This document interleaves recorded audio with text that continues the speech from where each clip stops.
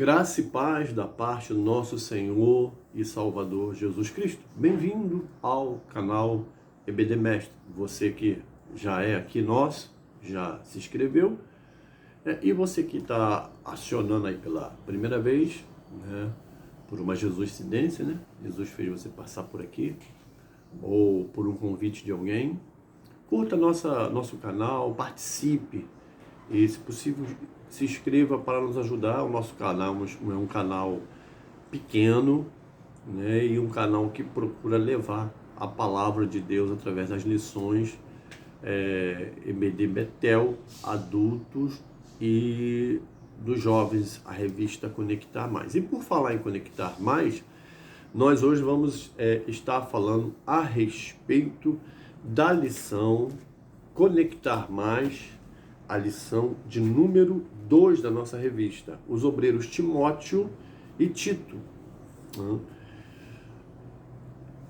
Essa lição, essa revista, hoje, embora seja a segunda lição, mas é meu primeiro vídeo da lição, né? O primeiro vídeo tem também disponibilizado no nosso canal com o pastor Carlos Alvarenga, e ao qual eu mando o meu abraço. E esse trimestre nós vamos estar estudando as cartas de Paulo, as cartas pastorais, né? E o tema do trimestre é princípio para uma vida bem-sucedida. Hoje, como eu falei, os obreiros Timóteo e Tito. Então vamos lá. Em primeiro lugar, vamos aqui estar abordando a questão da palavra obreiro. O que é um obreiro? O que é um obreiro? Bom, no contexto assim que geral, o obreiro é todo aquele que faz a obra, tá certo? Então, o obreiro fez a obra, é obreiro. A obra, ela pode ser feita, uma obra espiritual, quando você trabalha dentro do reino de Deus, né? Não necessariamente dentro da sua congregação, aonde você é membrado, mas dentro do reino de Deus. E você pode também estar trabalhando como obreiro dentro da obra da igreja, em prol da obra do reino de Deus, numa escala um pouco mais baixa. Sempre para nós que somos, como o próprio apóstolo Paulo fala aos Coríntios, nós somos homens e mulheres, homens no sentido genérico, somos homens espirituais, então nós priorizamos em tudo a questão espiritual, sem, contudo, de deixar de estar dando uma olhada à volta, né, no que está acontecendo em outro âmbito que não é o espiritual, é o âmbito social, circunstancial. Tá? Então, obreiro é todo aquele que faz a obra de Deus. Você está na igreja, você não tem nenhum cargo eclesiástico, você não tem nenhuma liderança, você não é chamado para nada, mas se você trabalha se oferecendo para limpar um banheiro, fazer uma visita, faz evangelismo, ainda que não só evangelismo assim direcionado pela igreja, mas também um evangelismo independente seu, você pega e vai lá na rua, pega os prospectos e fala de Jesus, você é um obreiro, é uma obreira, com certeza, está fazendo a obra de Deus. Bom, olhando por um outro prisma agora, a palavra obreiro, algumas denominações, alguns segmentos evangélicos tem como obreiro uma espécie de um auxiliar do diácono. Primeiro eu vou falar, tem um segmento que na realidade vê o obreiro como propriamente um diácono. Inclusive nessas denominações não tem diácono, tem obreiro, tá certo? E no nosso segmento, na Assembleia de Deus, geralmente o obreiro ele é um auxiliar, é um trabalhador auxiliar do diácono, e que vai aprendendo com o diácono e realizando as mesmas tarefas, já faz o trabalho do diácono. Aliás, O verdadeiro obreiro já faz o trabalho de diácono, o verdadeiro diácono já faz o trabalho de presbítero, o verdadeiro presbítero já faz o trabalho de evangelista quando tem a almeja, como a palavra diz, que nós devemos almejar, né? E a Deus cabe, então, distribuir. Então, a questão, voltando à palavra obreiro. Obreiro, também na Assembleia de Deus, pode ter uma outra conotação. Por exemplo, o pastor da sua igreja, ele é um obreiro, o presbítero é um obreiro. Por quê? Tem uma conotação de todo mundo que tem um cargo eclesiástico ser obreiro. Por exemplo, na nossa sede, nós, aos primeiros domingos de cada mês, né, nós convocamos reunião para os obreiros. E quais são os obreiros que vai? Pastor, evangelista, diácono, missionário. Então, tem essa visão generalizada também de todos nós sermos obreiro. E por que essa palavra é destinada a Tito e é destinada a Timóteo? Né? Paulo fala dos obreiros. Na realidade, o ministério apostólico, o apóstolo Paulo, como os demais apóstolos, eles são desbravador, são aqueles que dão o marco inicial do evangelho, onde eles passam evangelizando. É um verdadeiro missionário, o apóstolo, os apóstolos. E o apóstolo Paulo, em especial, muito relacionado na Bíblia, até porque ele tem mais escrito, então com certeza vai ter mais dados. Ele abre várias igrejas por onde passa. As pessoas vão se convertendo e ali precisa de uma pessoa para administrar aquele rebanho, porque dali ele parte para evangelizar outras e abrir outras igrejas, né? Eu vi um irmão em um outro vídeo, um outro canal, falando algo que me chamou muita atenção e eu a considero como verdade, né? Que os precursores da Assembleia de Deus no Brasil, o Gunnar Wing e o Daniel Berg, na realidade eles não almejaram esse título, mas na realidade eles fizeram o papel de um apóstolo, porque eles saíram do seu país, do seu conforto e viajaram o mundo para pregar a palavra de Deus. E o trabalho deles foram tão impactante que olha aí a Assembleia de Deus, essa potência no Brasil, e muito disseminado, muito pregado, muito falado o Evangelho, a palavra de Deus através de mim, de você, de nós assembleanos, né? Então, quando Paulo tem um rebanho, porque ele prega e há um rebanho ali para ser cuidado, Paulo ele precisa sair para continuar a obra. Então é necessário que fica um obreiro, ou seja, uma pessoa que pastoreie, né? Pode ser um presbítero, pode ser um pastor necessariamente dito, e o título no caso aqui, relevante. Mas um obreiro, um missionário, um obreiro que esteja ali para instruir, para ensinar, para corrigir, para chamar atenção, para amar, para cuidar, para zelar, para orar, para ter uma presença, uma cobertura espiritual, tá certo? Então, obreiro. No tópico 1, vamos tentar ser o mais rápido possível. No tópico 1, nós vamos falar sobre o jovem Timóteo. O jovem Timóteo, pelo registro que tem em Atos capítulo 16, ele vai para a segunda, na verdade Paulo vai para a segunda viagem missionária, e ali é colocado também nesse grupo o obreiro, o pastor Timóteo, né, que viria a ser um pastor por cuidar de algo. E ali nessa viagem ele leva o pastor e ele fica responsável por algumas igrejas. Há quem diga, tá, alguns estudiosos acreditam que na realidade Timóteo foi meio que convocado pela falta do João Marcos. Bom, mas isso aí também é um dado que não faz diferença. O importante é que Deus conduziu ele, porque Timóteo foi uma bênção. A questão do testemunho é muito importante, abordado mais nesse tópico 1.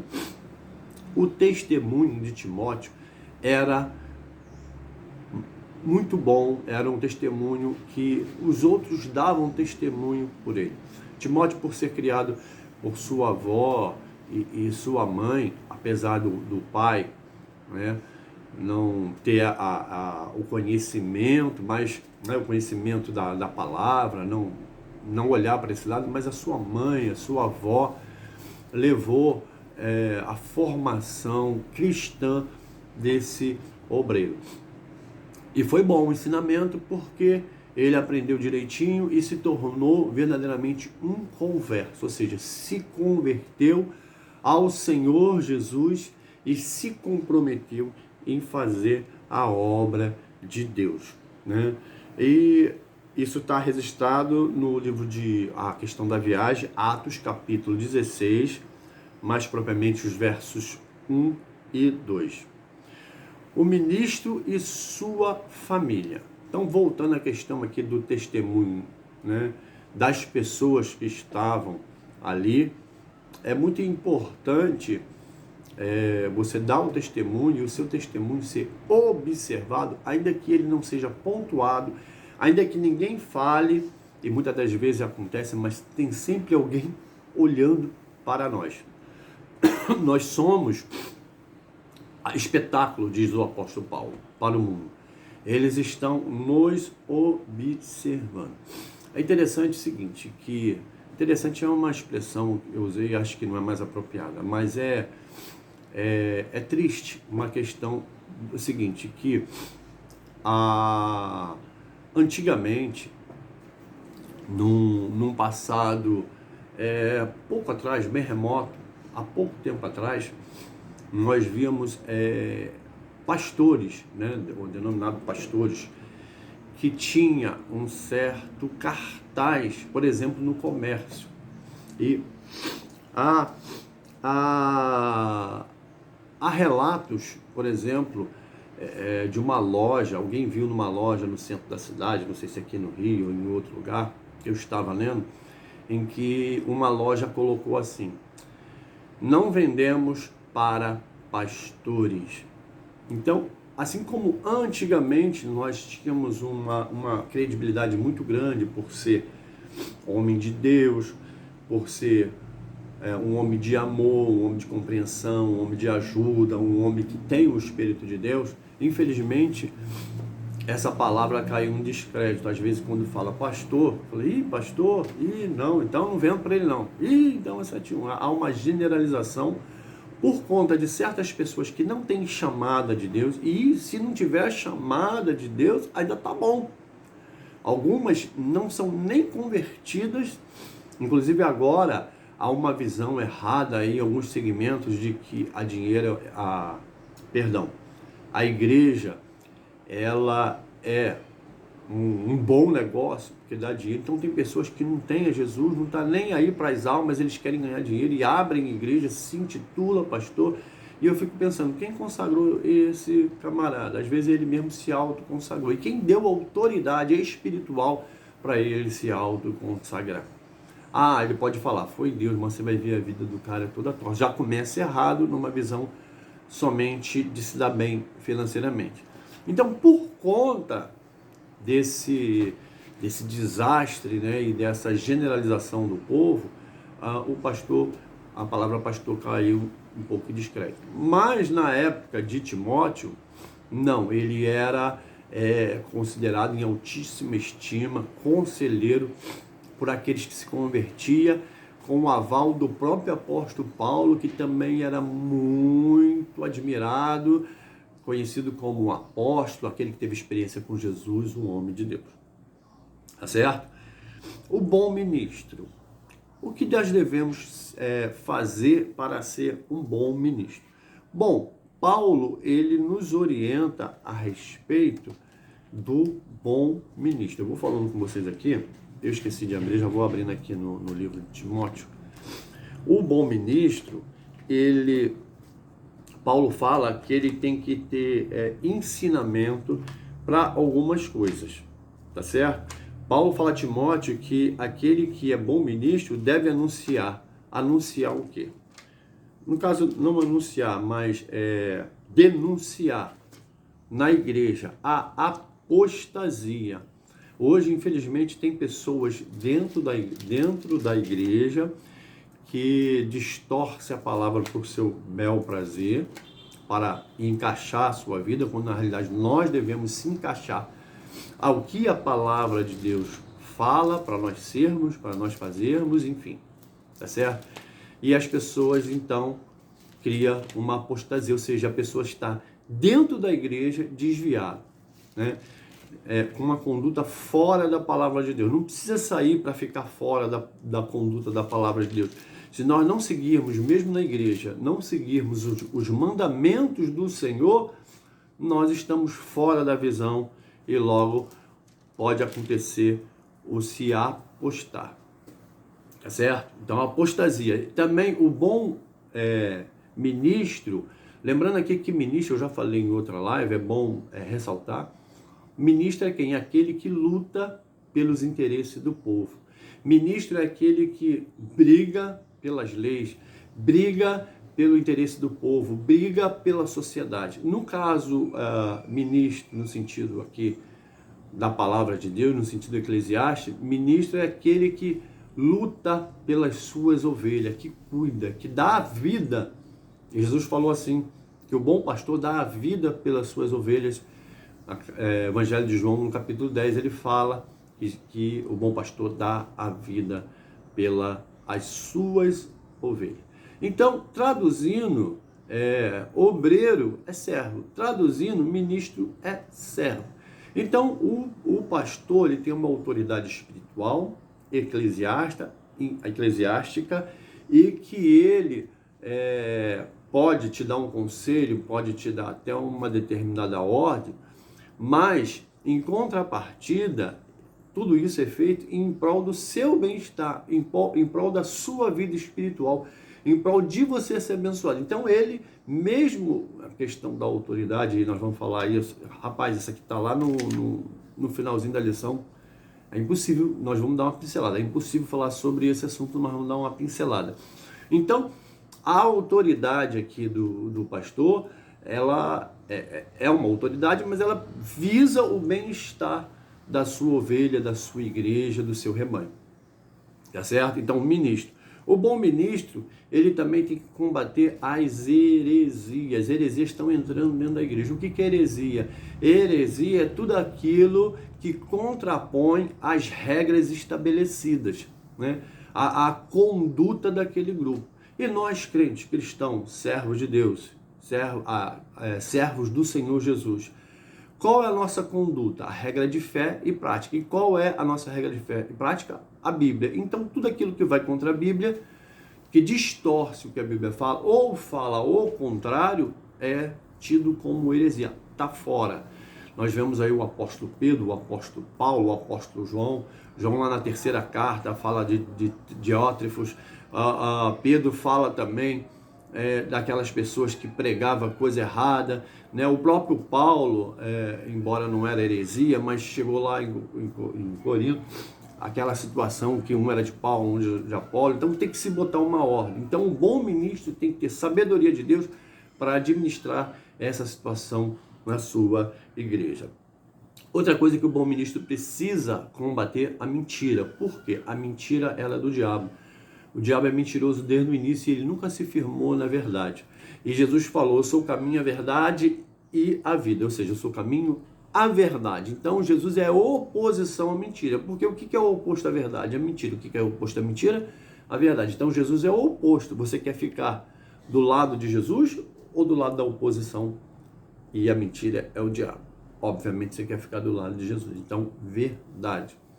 Tem que ir em cima da verdade.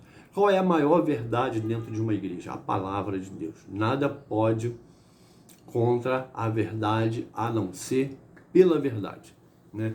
A única verdade que pode ser combatida é combatida pela própria verdade. Senão não tem como combater. Isso é tão sério, irmãos, que o apóstolo Paulo, se eu não me engano, em Filipenses, ele fala assim, se vier alguém pregar outro evangelho, seja anátema.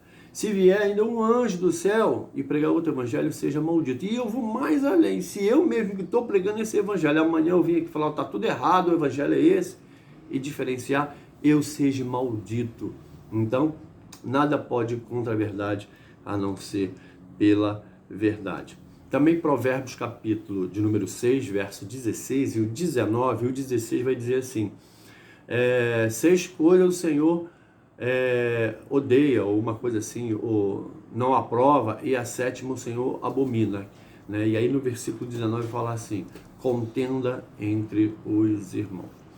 O pastor, o obreiro, o ministro, ele precisa reter todo movimento de contenda, porque isso é de procedência maligna. Não ouvir fofoca, não ouvir disse-me-disse, mas ouvir o quê? Ter uma palavra de bênção para cada um.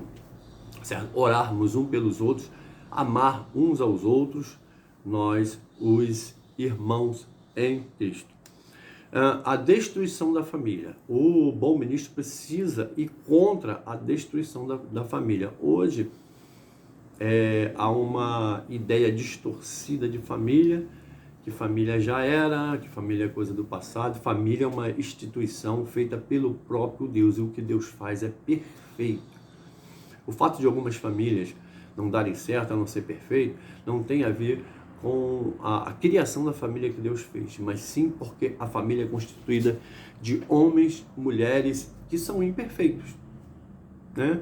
E que às vezes não existe o amor. O amor é tudo, irmãos. O amor de Deus, ele une os corações, né? O amor de Deus, ele acaba com ódio, ele acaba com rancor. É maravilhoso o amor de Deus, né? Então, a banalização do casamento bíblico está em 1 Timóteo 4:3. Proíbe o casamento e o consumo de alimentos que Deus criou para serem recebidos em ação de graça pelos que creem e conhecem a verdade. Então, devemos combater essa questão de proibição. Proibir a pessoa de casar está contra a Bíblia. Ah, mas eu conheço alguém que não casou e não quis casar. Não, tudo bem. Opção de não casar é uma coisa. Dizer que é proibido, eu não casei porque é proibido, porque é pecado, está fora, né? E a família, ela na realidade é a célula inicial da igreja. É na família que começa a igreja do Senhor. O bom pastor. Nós falamos aqui do bom pastor. O que o bom pastor faz? O bom pastor, o bom ministro, o bom obreiro. O bom pastor precisa também de preparo na palavra. Como é que você vai ensinar suas ovelhas se você não conhece a palavra? O que você vai ensinar? Vai ensinar de si próprio ou daquilo que você acha. O que eu acho é totalmente irrelevante, não serve de nada, mas o que a Bíblia me mostra, isso eu tenho que passar. E muitas das vezes o que a Bíblia me mostra é algo que vai contra mim mesmo, porque eu mesmo preciso me ajustar àquilo que eu estou falando. E aí a responsabilidade do ministro aumenta, porque quando ele vai falar, eu não vivo isso. Então primeiro eu vou me acertar e falar isso, porque tem que se falar. Tem que se falar. Tá certo? O versículo 13 e o 16. 1 Timóteo capítulo 4, versículo 13 e o 16. O 13. Até a minha chegada, dedique-se à leitura pública da Escritura, à exortação, ao ensino. Não negligencie o dom que lhe foi dado por mensagem profética, com imposição de mão aos presbíteros. O presbítero aí, o obreiro, o ministro, o pastor, foi interpretado a unção sobre ele para que ele pregue a palavra. Então, ele obrigatoriamente tem que conhecer a palavra, tem que buscar conhecer, buscar se aprofundar para ter o que passar de maneira correta com a vontade de Deus, porque a vontade de Deus está relatada na palavra. O versículo de número 16... Versículo número 16. Atente bem para a sua própria vida e para a doutrina, perseverando nesses deveres, pois agindo assim você salvará tanto a si mesmo quanto aos que te ouvem. Então tem que perseverar naquilo que você fala. Se você não perseverar, você perde autoridade espiritual para falar sobre aquele assunto. É preferível que você não fale. Então chame alguém que fale e você tome jeito. né, e se converta, porque a nossa vida é um constante preparo, a gente tem que estar sempre se renovando, sempre buscando a palavra, sempre nos coadunando com as regras da palavra de Deus. O obreiro também precisa de dedicação à verdade e piedade. O verso 7 desse mesmo capítulo 4 de 1 Timóteo. Rejeite, porém, as fábulas profanas e tolas. Exercite-se na piedade. O exercício físico é de pouco proveito. A piedade, porém, para tudo é proveitosa, porque tem promessa da vida presente e da futura. Nós temos a bênção não só aqui, como a bênção futura. Então nós devemos ser uma pessoa enquadrado ao que a palavra está nos colocando aqui. No tópico 2, vamos correr. O jovem Tito. O jovem grego perdia credibilidade na visão dos judeus. Por quê? Para os judeus, Tito não tinha muita credibilidade porque ele não era circuncidado. Era olhado como ímpio. Mas na visão de Paulo, que pregava para os gentios, e principalmente na visão de Deus, era um grande instrumento na obra de Deus. E Tito, ele se sobressaiu muito a obra que ele fez. Paulo fala assim: eu quero que você organize a igreja de Creta, as igrejas ali. Então você vai discipular, você vai batizar, você vai instruir, organize tudo ali. Você pode ver isso em Tito capítulo 1, verso do 5 ao 8, onde ele faz a seleção dos obreiros, né? Ministros aprovados, né? O que Tito fala a respeito do ministro aprovado? Então tem uma relação aqui do que o ministro aprovado precisa fazer e o que ele não pode fazer. E o que o ministro precisa fazer? Ele precisa, número 1, ser irrepreensível.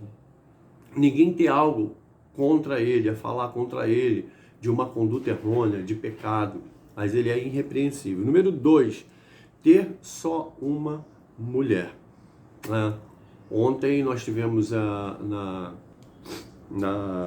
terça-feira, né, nós tivemos lá o culto da palavra, onde o bispo estava falando a respeito da porta estreita e da porta larga, e ele citando a pregação, né, de Jesus, lá no capítulo 5, 6, ele fala a respeito do casamento. O casamento, o obreiro só pode ter uma mulher, entendeu? E para toda a vida. Não deu, não ficou, fica sozinho. Só pode casar. Paulo traz um ensino maravilhoso, não fica dúvida de nada desse assunto de família quando Paulo fala no capítulo 7 de 1 Coríntios. Tá? Então o obreiro tem que ser de uma mulher só, né? Amá-la, respeitá-la, e ela tem que ser sua parceira o resto da vida. Por isso precisamos ter a direção de Deus para contrair o casamento. Isso é tão sério que Jesus, na palavra, ele compara a noiva à igreja e o noivo a ele mesmo. Então Jesus é o noivo e a igreja é a noiva. Um dia nós, igreja, noiva, vamos encontrar com Jesus na boda do Cordeiro. Aleluia. Mas não poderia falar muita coisa, mas temos que ir adiante na lição. Terceiro, filhos fiéis e obedientes. O bom obreiro, ele precisa investir nos seus filhos, ensinar os seus filhos no caminho que deve andar. Não é só levar para a igreja. Tem muito crente que leva o filho a vida inteira para a igreja e quando ele cresce se desvia. Você tem que depositar, investir nele, comprar a Bíblia, ensinar ele a ler a Bíblia. Ele vê você a ler a Bíblia. O culto doméstico faz essa aproximação do seu filho a Deus, né? E você orar para que esse seu filho, essa sua filha, tenha uma experiência de salvação com Deus, que eles aceitam a Jesus como seu Salvador, porque o fato de ele nascer na igreja não está salvo não. A Bíblia é bem clara, só vai ser salvo quem aceitar Jesus como o único e suficiente Salvador.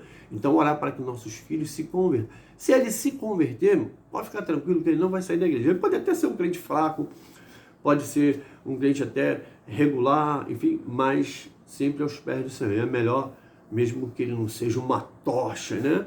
mas esteja na presença de Deus, do que ele ser, de repente, um excelente filho, mas está longe de Deus, vivendo só para o mundo. Outro ponto aqui, o de número 4 agora, hospitaleiro. O obreiro precisa ser hospitaleiro. Nós temos vários exemplos aí na Bíblia, Abraão, né, que foi hospitaleiro, receber as pessoas com bom grado, receber bem na igreja. Tem igreja aí que o visitante entra, sai, ninguém nem fala com ele, o pastor não apresenta, né? Dê uma atenção especial para quem é visitante. Ele tem que ser tratado de uma forma diferente, porque os seus membros vão estar no outro domingo lá, você vai ter a oportunidade de falar com ele. Mas de repente esse visitante, que às vezes precisa de uma palavra amiga, às vezes precisa só de um abraço, que vai, Jesus, o Espírito Santo vai tocar, vai transformar a vida, ele vai se converter através do teu abraço. Às vezes precisa só disso. E muitas das vezes ele vai embora, ninguém fala com ele. E para piorar, ainda tem uns obreiros, né, que ficam na porta, que parece mais um soldado. Se tivesse uma espada ali, acho que o visitante nem entrava, se não estava espadada no camarada, o camarada ia embora, né, ou ia morrer ali, porque o camarada com uma cara que dá medo. Então o obreiro tem que ser simpático, tem que ser agradável, tem que ser uma pessoa que aproxima, não é verdade? Outra coisa que o obreiro precisa ser amigo. O obreiro precisa ser amigo. Amigo é aquele obreiro que se aproxima de você quando você não tem nada para oferecer. Aquele que está todo dia na sua casa, que você está sempre ajudando ele até pode ser teu amigo, mas isso não traz confirmação de que é teu amigo. O que traz confirmação de que ele realmente é teu amigo é nas horas que você não pode ajudá-lo, que você precisa da ajuda dele. Então, a amizade é isso. Lembrando que Jesus é o nosso maior amigo. Em qualquer situação, ele está do nosso lado. Moderado. O obreiro precisa ser moderado. Ele precisa ter um equilíbrio, né? Ele numa situação... Lembra daquela situação do Salomão com as duas mulheres e o filho? Então, ele precisa ter uma visão além do que se apresenta. Ele precisa ter um equilíbrio, ouvir as duas partes. Nunca julgue uma situação olhando uma parte só, principalmente porque a gente tem tendência, se nós pendermos mais por esse lado, por ser uma pessoa mais próxima, a gente vai pender para ele. Não, anula isso. Olha de igual modo, né? Tem que ser moderado, justo. O que é justo? Fazer a coisa certa. O membro é teu amicíssimo, mas ele pecou, ele precisa ser disciplinado. Mas é meu amigo, mas não interessa. A disciplina é igual para todo mundo, então tem que ser justo. A balança tem que ter uma medida só, não duas medidas. Uma medida só, equilibrada. Tá certo? Santo. O obreiro precisa ser santo, buscar a Deus dia e noite, orar, jejuar, ter momento com Deus todos os dias, procurar a santificação, procurar se separar para Deus e ficar afastado do mundo. E temperante, né? Ele precisa ser temperante, né?